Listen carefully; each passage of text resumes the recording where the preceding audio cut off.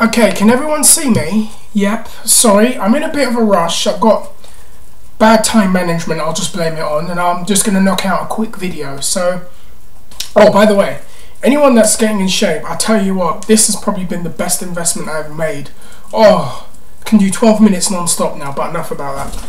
So, I want to knock this video out very quickly, and I want to talk about, as we've been getting ready for the WrestleMania build-up, wrestling fans, and preparing ourselves for WrestleMania and all the big matches, and we've talked about Brock Lesnar versus Triple H or Undertaker, but now it's definitely Triple H.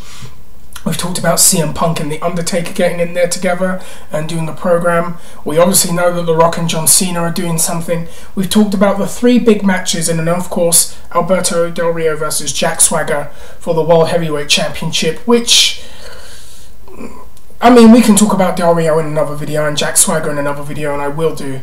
But I've talked about four, if you want to say, big matches for this event. And there's one thing and one person that, for some reason, surprisingly enough, we haven't talked about a lot in the past year as to WrestleMania and big matches and where they're going to be. And this is interesting because this person is a bona fide main event wrestler for the WWE and a legit star for the company. And that name that I want to talk about, and it's been very interesting since, I'd say, maybe late 2011 to 2012 to this current day we're at right now. And I was watching Raw with this person, and after they had their match, I was just sitting there thinking, this person's just become another guy in the company again. It's really weird, and he's lost in the shuffle. And of course, if you've been watching a lot lately, it's Randy Orton. And if you've been reading a lot and watching other people's videos, a lot of people are talking about what's going on with Randy Orton and where does he go and what are they going to do with him. And it's interesting that one guy who is considered within the company to be one of their bona fide main eventers and one of their best all-round talents is lost in the shuffle to the point where no one really knows what they're going to do with him. Now, it was speculated that he would turn heel, and that seems to be the answer to every wrestler's problem these days. If he's not doing well, let's turn him heel. And in a lot of ways that can work, in some ways that doesn't always work. But a lot of people felt that Randy would need to turn heel, probably feud with Sheamus, if Sheamus was still champion. But then obviously things changed around. Big Show won the belt. Sheamus is feuding with Wade Barrett or whatever. Orton is still somewhere in the middle. And it's interesting because there are a lot of things when I think about Randy Orton. It's almost like, I don't know if I want to say past sins, because, okay, I'll say it like this. This is what I've noticed with Randy, and I think that this is probably why he's where he is right now. Orton has always had the potential to be a very big and important part of the company's future ever since he debuted. I said it from the very get-go on WrestlingForums.net. Give him 2 years, he'll be world champion, and then that did happen. There's something there. He's young, you can get tons and tons of years out of him. Very athletic, very solid in his work, and a guy that he has an aura to him. He carries himself like a star. He's got a presence to him, much like his father did. His father had a presence, maybe a different kind of presence, but he has that kind of presence, and he can get by on getting the loudest reaction on the very, very least because of the timing and the charisma and things like that. And in some ways that's frustrating to watch when he's a babyface and you want to see more explosiveness and more, you know, big time moves, and he's doing chin locks and, you know, shh and stamping on the ground, knee drop, spins around, spazzes out, bangs his fist, RKO. Sometimes that is frustrating to watch, but when he's a heel it's perfect for him because you don't have to do as much as a heel. You can sell, and Orton is brilliant at selling. Look at his match with Mark Henry when he lost the belt to him. He made Mark Henry look like a killer in that match. I mean, an absolute killer. That was like the icing on the cake, and I think Orton should be given credit for that, and that should tell you how talented Randy is.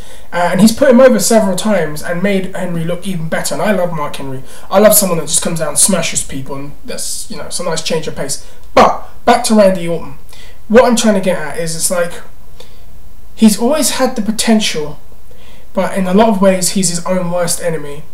And I remember hearing for years that, you know, when he was coming up, how much of a pain in the arse he was, and how he was disruptive behind the scenes, and he would act very immaturely and in a very juvenile way, and it would kind of hurt him a little bit. But he would get away with it because he was who he was, and the company were like, well, we want to make him a main eventer regardless. There were so many things that happened. I think he crapped in a diva's bag, basically, what I got told. And he pulled a Bloody Mary over someone in an aeroplane, apparently. He's had outbursts with fans, fans, when they've asked him for autographs and things. And he's been known to just go a bit crazy. He trashed the hotel, actually, in Earl's Court, from what I remember, in 2007.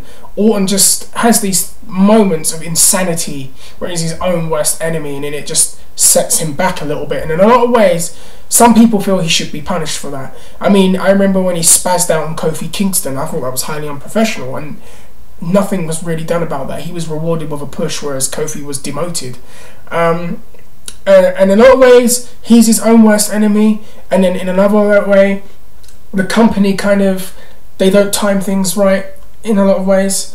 Like his first world title run, that was not booked in the way that it should have been. I think it was done far too early, and he had the build up. He was in Evolution. He beat Benoit, which should have been a big deal at SummerSlam, youngest world champion.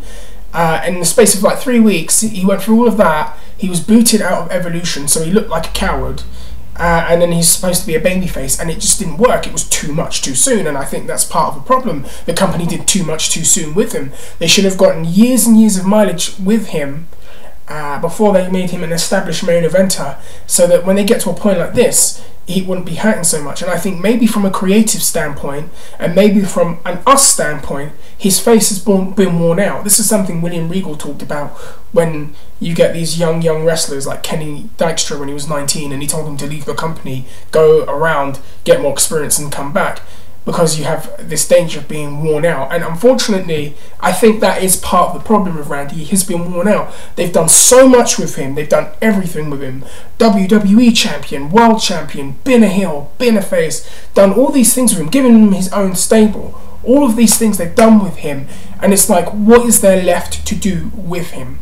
If he turns heel, he's done it before. If he stays babyface, he's done it before. He clearly doesn't like being a babyface, I've noticed, in a lot of his matches, and he's even said on his own Twitter he doesn't want to be a babyface, he wants to be a heel again.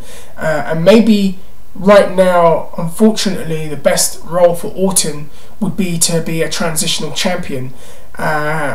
And transitional champion's not a bad word, but a transitional champion in a sense that they can have him in the role while they'll build some other guys and then, put them in there with Orton. Maybe that's his next role. But you watch WrestleMania, pay attention to what's going on. It's like his options are very few and far between. They could put him in there with Cesaro for the sake of having a match with Cesaro, and I think that would be excellent. They had a tremendous match at main event, by the way. The Del Rio feud, if he turns heel, maybe they could do it, or they didn't do it that long ago, so it's not that fresh. They could probably do something with him in Big Show. They could probably, it was rumoured that Henry was supposed to hold the belt for a long time, then Orton was going to beat him in the rematch at the Royal Rumble last year, but that didn't happen. All of those things could happen. Another thing about Orton, about being his own worst enemy, or I just want to touch on it, is also he gets a lot of momentum, and then he either, if he's not spazzing out on people or doing something reckless, he just underperforms. WrestleMania 25, was it WrestleMania 25 or was it 29? I can't remember. Basically, it was the Triple H Orton match when Orton was this heel with the sleeves on and he had Legacy. And I really didn't want to see that match. I was so against that match and I hated that WrestleMania. I only liked it for one match and it's not hard to figure out what match that was. And this was like Orton's big moment, and I say again, he was his own worst enemy, and the creative was his own worst enemy because he underperformed.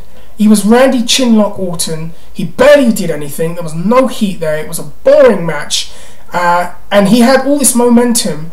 And the other thing is, he really should have won, even though they want to have the happy ending. Creatively, it made more sense for Orton to win, yet Hunter had to win the match. And again, this is an example of where actually both factors kind of come in at the same time. But now we're fast forwarding to now, and it's like the company have almost had enough of him. I think that suspension that he got last year really did him in. The 60-day suspension for the wellness policy, and it was said that they there was a lot of controversy or a lot of talk within the company about what to do with him and what happens, and maybe they want to keep him relevant, but they don't. They think that he's a liability. That was the word that was used. He's a liability where they could put all this money and time back into him again, and then something happens like a suspension or something happens like one of his outbursts. So they just kind of want to keep him within a certain level. Probably feuding with the Shield, which is great for the Shield and would be productive to watch. But again, you kind of think Randy, guy with his kind of talent and skill, and he does have it, though I do rag on him for being a chin lock guy and a headlock guy and a rest hold guy, I do see the talent there, and I have seen him when he wants to, when he's motivated, have tremendous matches, tremendous performances, and really give you your money's worth. And it looks like he wants to get back in that spot again. He looks hungry. I watched him at the Elimination Chamber, and he seemed to be trying to prove a point there. And it might be too little too late, who knows, or maybe it's not. But he's got to win the company over again, and he's got to win the fans over again. And a lot of people talk about how he changed and he became this mature new man. And again, I think his actions in that radio interview where he buried Kelly and buried The Rock and just shot on so many people and acted really like nothing had changed in a lot of ways. I think, again, things like that have hurt him, and they've come back to bite him in the ass. And it's interesting now because you watch Raw and you watch SmackDown, and Orton really now is becoming, even though he gets popped for, just another guy, and a guy that's becoming more and more irrelevant, whereas Cena is still where he is at. Punk is now surpassed him and probably more important than him on the totem pole, and other guys are going to pass him, and it's like Orton's kind of going down and down and down. So it looks like they're going to have to do something. How are they going to keep Orton fresh? How are they going to keep him relevant? Is there going to be some form of a makeover? I don't know. What do you think? And where does this start? What happens with him at WrestleMania? Those are the questions I want to, ask and have answered by you. So I'm going to stop. You write some comments. Let me know what you think about Randy Orton. Talk about his entire career and things that you've noticed, or if you think, I want to hear what people have to say. This isn't me talking about, Orton is very good. This isn't a Garrett Bischoff or a David Flair. Some overhyped, over-pushed, over-useless bum on TV, killing TV time, that should be actually training somewhere and learning the craft, but being pushed because of, who he's related to. While Orton was pushed because of who he's related to, Orton actually is talented and is actually a very good worker. Bischoff is fucking terrible. And David Flair, oh God, don't start me. I'll tell you something right now. When Aces and Eights revealed Garrett Bischoff and he did the promo, I went out the room and made Weet-Bix and had green tea and changed the channel, because I can't take him seriously. And when you got him in there and he's trying to be intimidating, yeah, good luck. Anyways, guys, let me know what you think. That's my alarm telling me I need to get the hell out of here. You write some comments. If you haven't subbed, please do. And I'm going to head out. God, this bloody alarm. See you in a bit.